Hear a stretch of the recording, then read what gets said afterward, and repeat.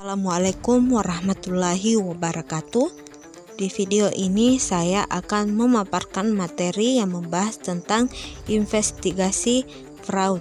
Langsung saja ke poin pertama, yaitu pengertian dari investigasi tindak pencurian.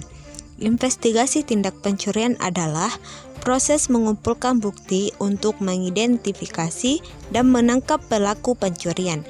Investigasi ini dapat dilakukan dengan berbagai teknik investigasi seperti audit investigatif dan audit forensik. Investigasi tindak pencurian merupakan aktivitas yang secara langsung menyelidiki atau menginvestigasi tindakan fraud seperti tindakan pengawasan dan penyamaran, mengawasi, pencarian bukti fisik, dan pengumpulan bukti elektroniknya. Adapun metode dalam investigasi pencurian. Metode yang pertama yaitu pengembangan bagan kerentanan dari kecurangan.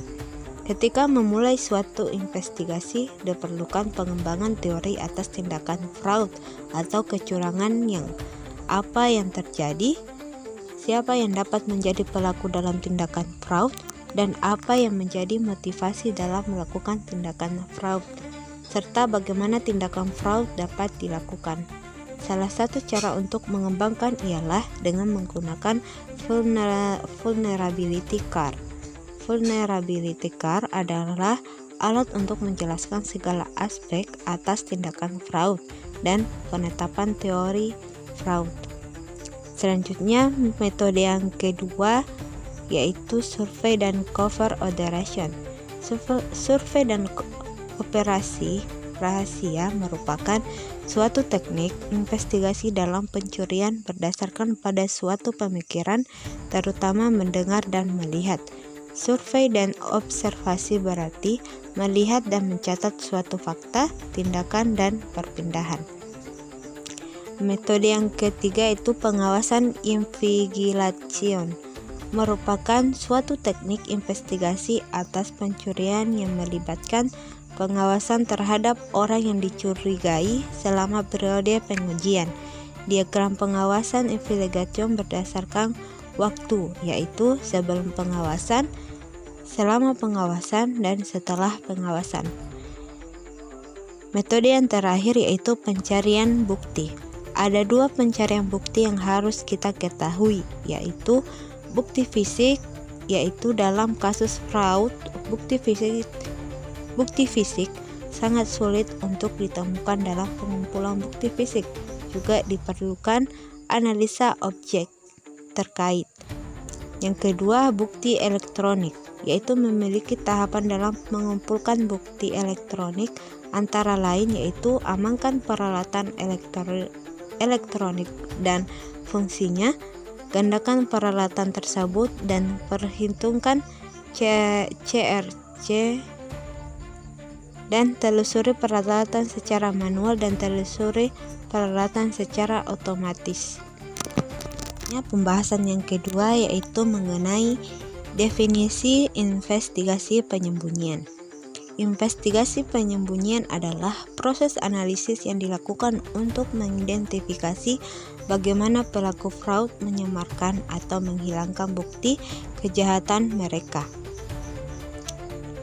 Adapun teknik yang dilakukan oleh pelaku fraud dalam menyembunyikan jejak mereka, yang pertama, pemalsuan dokumen. Pelaku fraud seringkali memalsukan dokumen keuangan agar transaksi ilegal terlihat sah. Contohnya yaitu dalam kasus skandal WorldCom, perusahaan memalsukan laporan keuangan dengan memasukkan pengeluaran operasional sebagai investasi modal dan untuk meningkatkan profitabilitas secara palsu. Beberapa jenis dokumen yang sering dipalsukan meliputi faktur atau invoice palsu, kwitansi pembayaran fiktif, laporan keuangan yang dimanipulasi, dan yang terakhir yaitu dokumen perpajakan yang tidak sesuai. Teknik yang kedua yaitu manipulasi sistem akuntansi. Penyembunyian fraud juga dapat dilakukan melalui manipulasi dalam sistem akuntansi perusahaan. seperti mengubah atau menghapus catatan transaksi, mencatat pengeluaran sebagai pendapatan palsu, menunda pencatatan utang atau kewajiban, dan menciptakan akun fiktif untuk mengalihkan dana ilegal. Contohnya kasus Enron menggunakan metode akuntansi agresif dengan mencatat keuntungan dari transaksi yang belum terjadi sehingga menciptakan ilusi keuangan yang sehat. Teknik yang ketiga yaitu penyalahgunaan akun perusahaan. Pelaku fraud seringkali menggunakan akun perusahaan untuk menyembunyikan transaksi ilegal dengan cara menciptakan transaksi antar perusahaan untuk mempersulit pelacakan. Kemudian menggunakan rekening perusahaan sebagai tempat transit dana hasil fraud sebelum dialihkan ke rekening pribadi dan menyalahgunakan dana proyek atau dana investasi. Contohnya pada kasus skandal IMDb, perusahaan pembangunan strategis, di mana dana negara Malaysia dialihkan melalui berbagai perusahaan cangkang sebelum akhirnya masuk ke rekening pribadi pejabat tinggi. Selanjutnya ke pembahasan yang terakhir, yaitu membahas tentang pengertian investigasi konversi. Konversi merupakan proses perubahan dari satu bentuk ke bentuk lainnya dengan mempertahankan nilai atau substansi dasarnya. Dalam konteks investigasi, konversi mencakup transformasi energi, data, materi, atau sistem yang dapat diukur dan dianalisis. Investigasi konversi bertujuan untuk memahami efisiensi, efektivitas, dan karakteristik proses perubahan. Adapun jenis-jenis konversi dalam fraud. Yang pertama, konversi aset finansial. Konversi aset finansial adalah mengubah satu jenis aset keuangan menjadi jenis aset keuangan lainnya. Konversi aset finansial bisa dilakukan melalui sekuritas konversi, yaitu sekuritas yang dapat dikonversi menjadi jenis aset lain. Jenis yang kedua yaitu konversi data dan informasi. Konversi data adalah proses mengubah data dari satu format file ke format file lainnya. Proses ini memungkinkan data untuk digunakan oleh aplikasi atau sistem yang berbeda, meningkatkan kompatibilitas, dan memudahkan akses serta pengelolaan data. Selanjutnya jenis yang terakhir yaitu metode investigasi konversi dalam fraud. Metode ini memiliki 3 poin, diantaranya yaitu analisis aliran dana.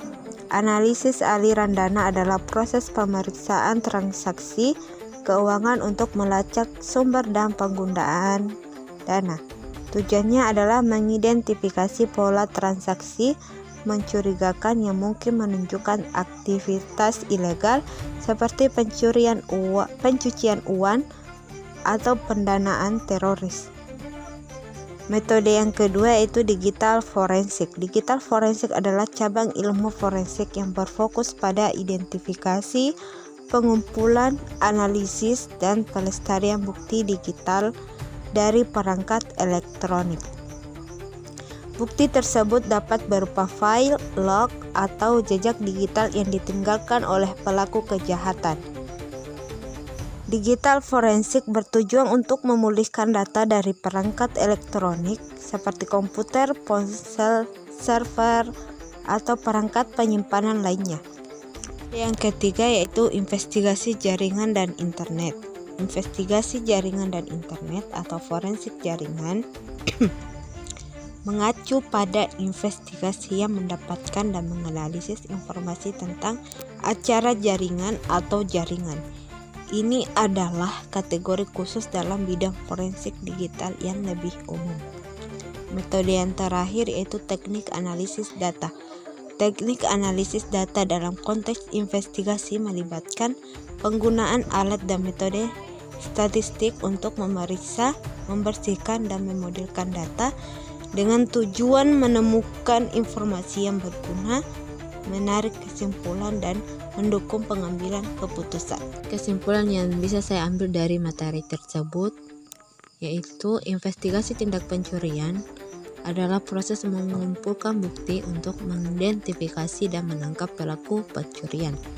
Investigasi ini dapat dilakukan dengan berbagai teknik investigasi seperti audit investigatif dan audit forensik.